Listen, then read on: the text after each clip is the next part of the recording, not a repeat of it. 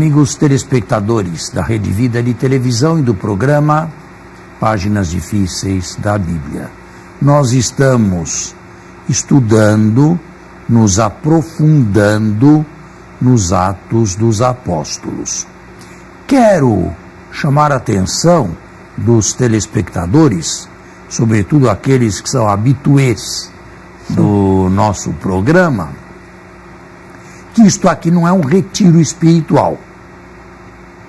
Isto aqui não é um sermão bíblico que se faz na liturgia, sobretudo na Eucaristia. Isto aqui é uma aula. É uma aula que tem como finalidade aprofundar a fé. Não através de contos piedosos, não através de orações, mas através de um estudo profundo do texto bíblico que se nos apresenta. É nossa intenção que, ao aprofundar o texto, se aprofunde também a fé. Uma fé responsável e uma fé racionalmente justificada. Não uma fé de um credulão fanático. Padre Anselmo. Bom dia, Padre Fernando, bom domingo para o senhor, para você que nos acompanha semanalmente através da Rede Vida de Televisão. Pois é, enquanto o padre falava, eu lembrava do pensamento de São Jerônimo. A Sagrada Escritura é uma carta de amor redigida de Deus ou através de Deus, que passa pela mediação humana e que chega até nós. Mas ela precisa ser entendida, não é, padre? Entendida, compreendida, para que ela possa ser consequentemente bem celebrada e bem vivida também.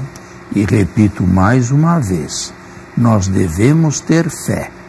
E isto é um dom de Deus. Esta é uma virtude teologal, para quem a tem, como graça.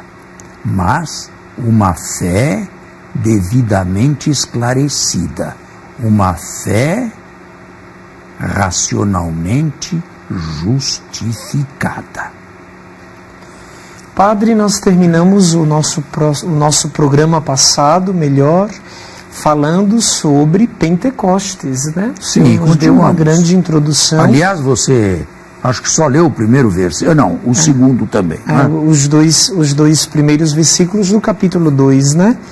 E agora vamos falava começar da teofania. Exatamente. Era uma ventania, um dos elementos já notados, uma espécie de clichê literário já consagrado no Antigo Testamento para se manifestar a presença de Deus. E agora vamos ler o versículo 3. Uma presença especial, uma presença que se deu num determinado momento. Apareceram-lhes então línguas como de fogo. Outro elemento da teofania, o fogo. Só que aqui em língua. Por que em língua? Porque o carisma do Pentecostes é o carisma da linguagem, é o carisma da fala, é o carisma do sermão, é o carisma da pregação.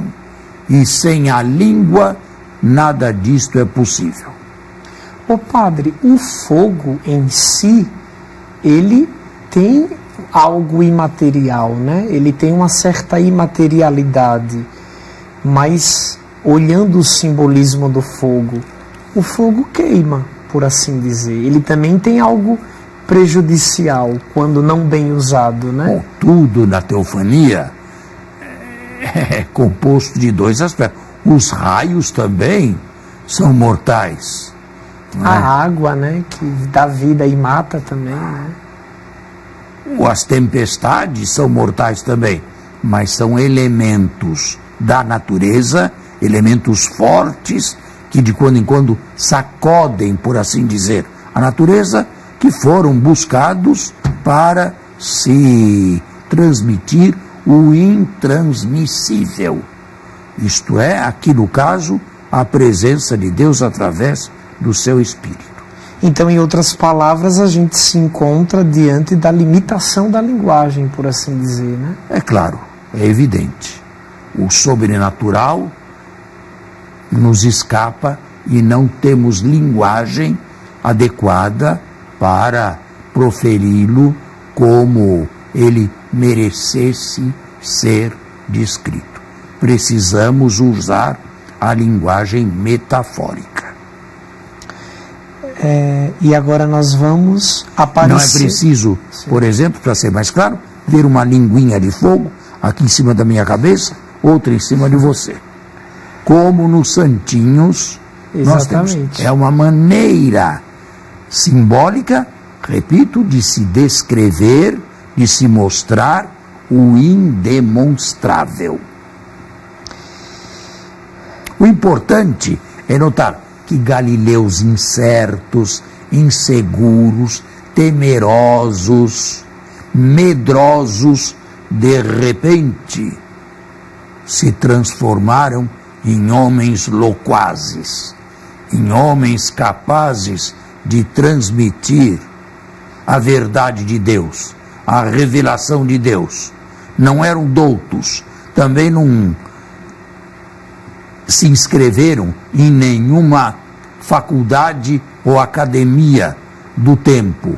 E, no entanto, são estes os primeiros que transmitem publicamente a mensagem da morte e da ressurreição salvíficas de Jesus.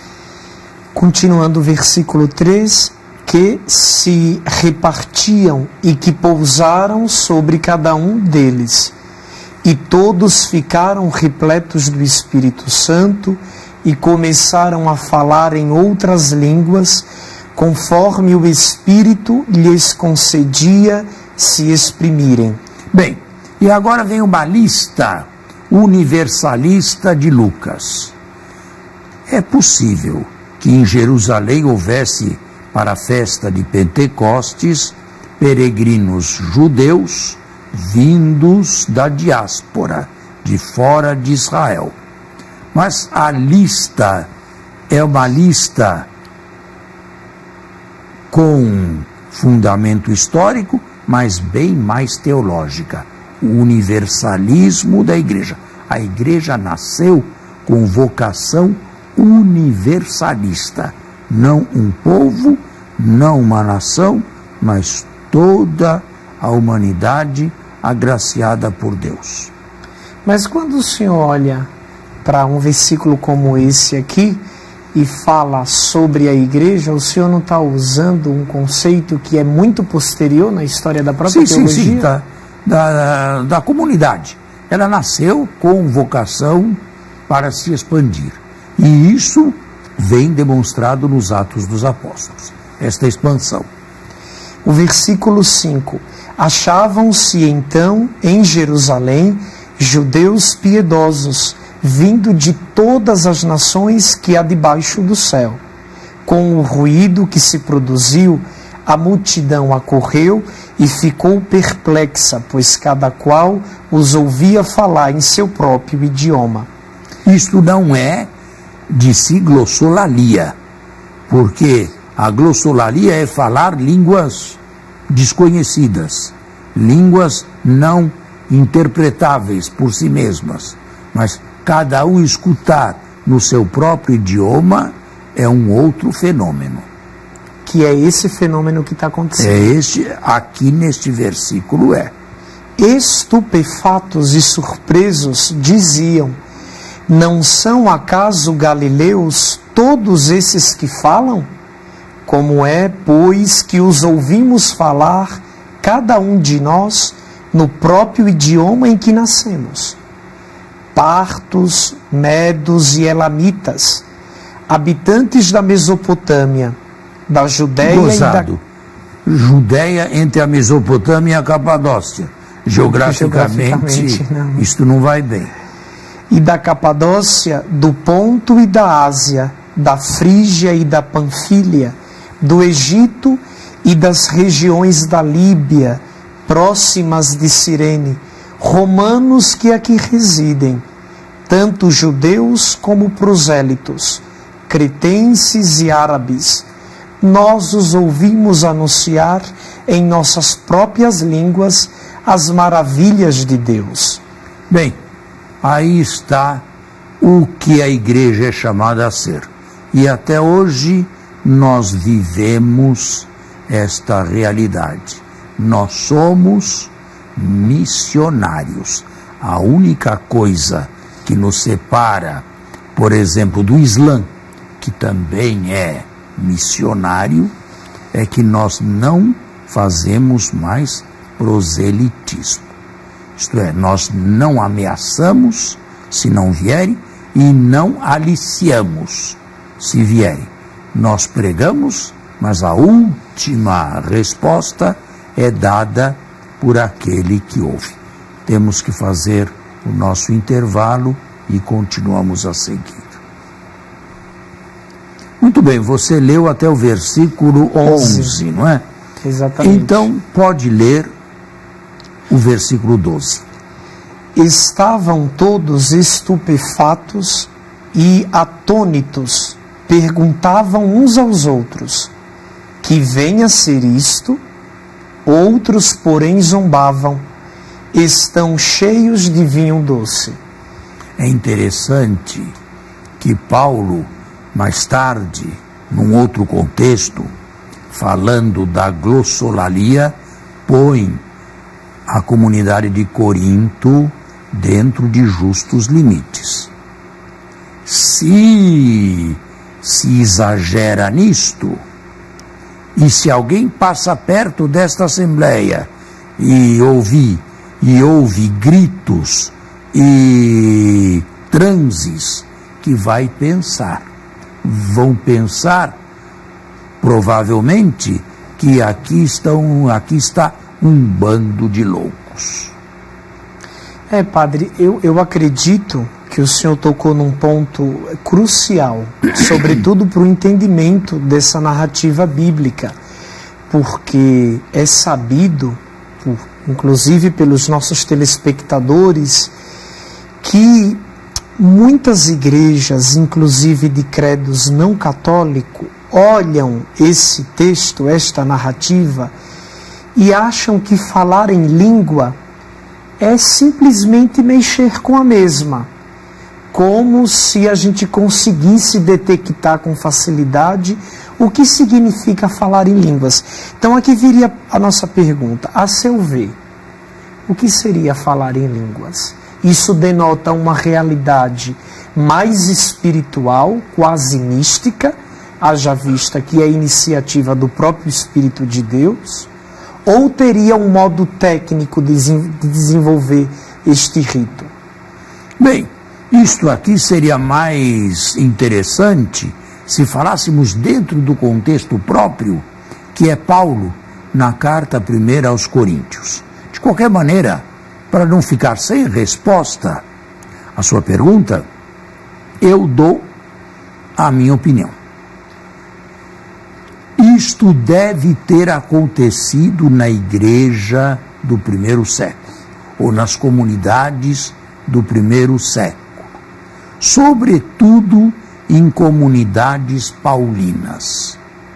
E Paulo não desconfessa esta realidade. Ele mesmo diz que ele fala em línguas, mas não dava importância grande a isto. Coloca isto como o último dos carismas. O que eu quero dizer é que os carismas mudam ou podem mudar com a história. Com outras palavras, o Espírito Santo se ajusta, de certa maneira, se modela e acompanha a história dos homens. O que seria carisma no primeiro século não necessariamente e pedissequamente é um carisma no século XXI. E existem carismas hoje que não eram sequer imaginados no século I. Por exemplo, a libertação dos escravos. Paulo fala exatamente o contrário, que os escravos obedeçam aos seus patrões. Aqueles que lutam pela igualdade da mulher, pelos direitos da mulher. Que direitos possui a mulher na antiguidade? E a igreja se faz paladina destas coisas também. E são pessoas carismáticas, as pessoas que lutam pelos direitos humanos. Vamos agora, que se entendia, que se sabia de direitos humanos no primeiro século. Eu acho que lá, opinião minha, existiam verdadeiros carismas de acordo com a cultura do primeiro século, e sobretudo de Corinto, ou de igrejas que tinham como fundador Paulo, comunidades. Não necessariamente imagino que os mesmos carismas devam continuar tais quais no século XXI. Padre, uma outra pergunta... Mas não sei se respondi... Sim, sem dúvidas. Uma outra pergunta seria quanto ainda que... Sabe, uma coisa, sim. A igreja, interessante, não favorece falar em línguas. A igreja, digamos, a igreja institucional, não favorece. Por quê? Porque é uma questão delicada. Quem pode afirmar que aquela pessoa é conduzida pelo Espírito de Deus? Ou desequilibrada? A igreja, de certa maneira, fica numa posição cômoda, que é a única que ela pode obter, a única que ela pode escolher. Não falar nada.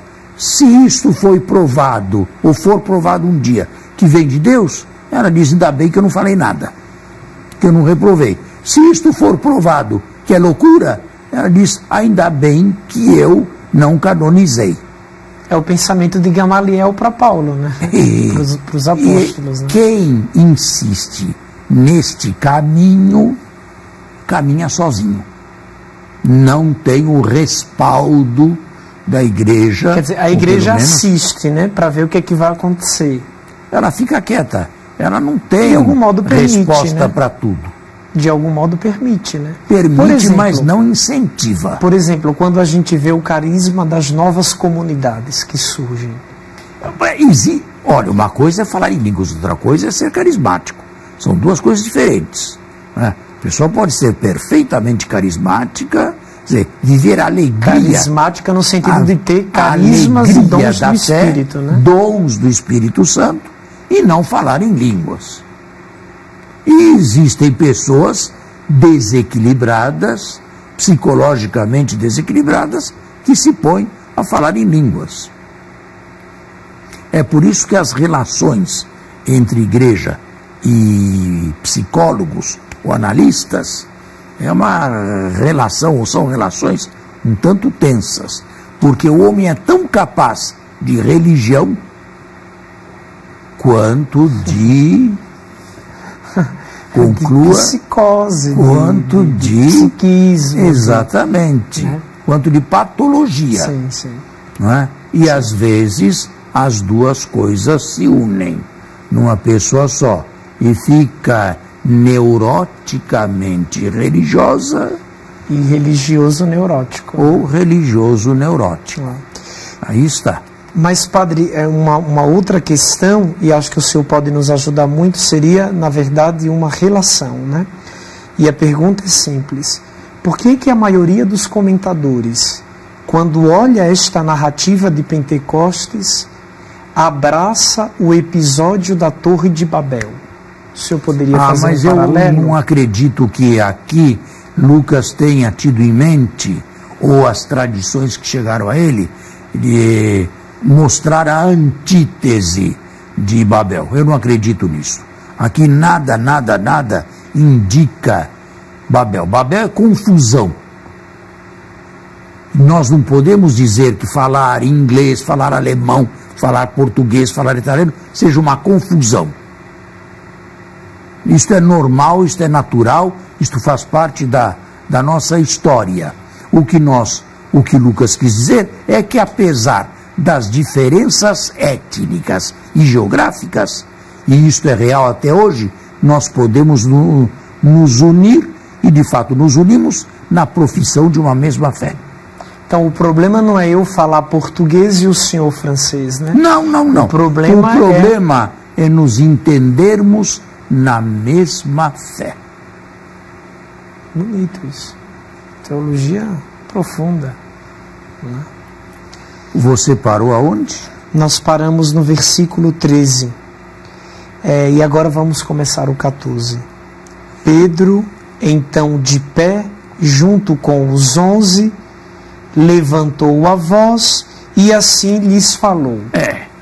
E agora eu quero entrar num probleminha que acompanha os atos do começo ao fim.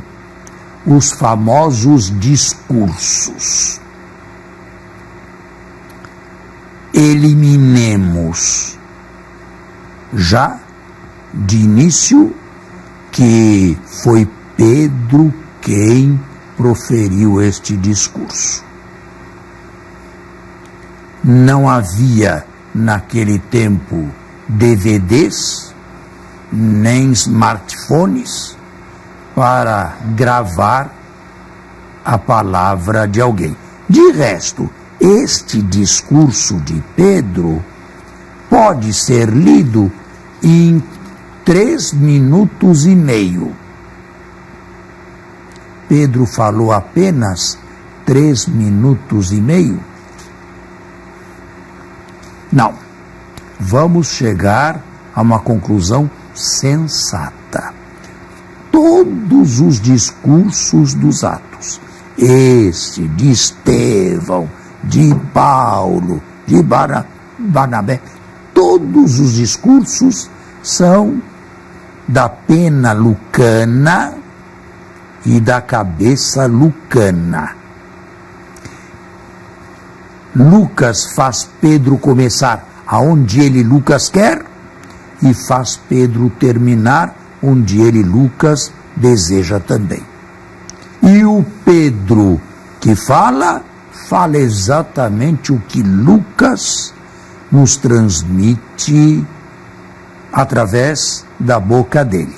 Então, significa que Pedro não tem nada a ver com esses discursos? Não.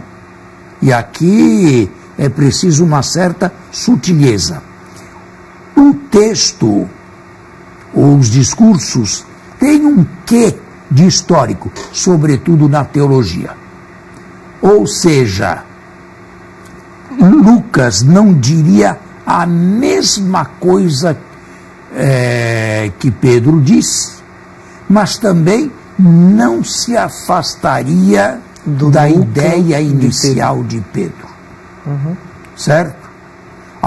Isso pode ser demonstrado aqui, na leitura do discurso, que, embora todo ele criação lucana, alguns motivos provêm dos anos 30, de como a pregação se iniciou em Jerusalém. Mas agora nós temos que encerrar o nosso programa e continuamos aqui muito ardorosamente nos discursos, ou no primeiro discurso de Pedro.